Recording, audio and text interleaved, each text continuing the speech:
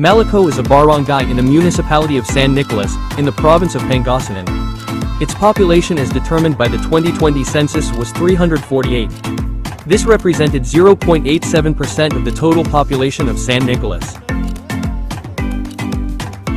The mountain village is nestled on top of the Caraballo Mountains.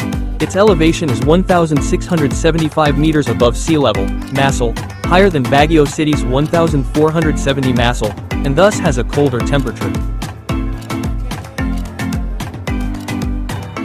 There is no boundary dispute because Malico is part of Santa Fe town in Nueva Vizcaya and was never part of San Nicolas Santa Fe town in Nueva Vizcaya and was never part of San Nicolas town in Pangasinan, reacting to the alleged allocation of $200 million by the province of Pangasinan for various projects and services by the province of Pangasinan for various projects and services in Malico village.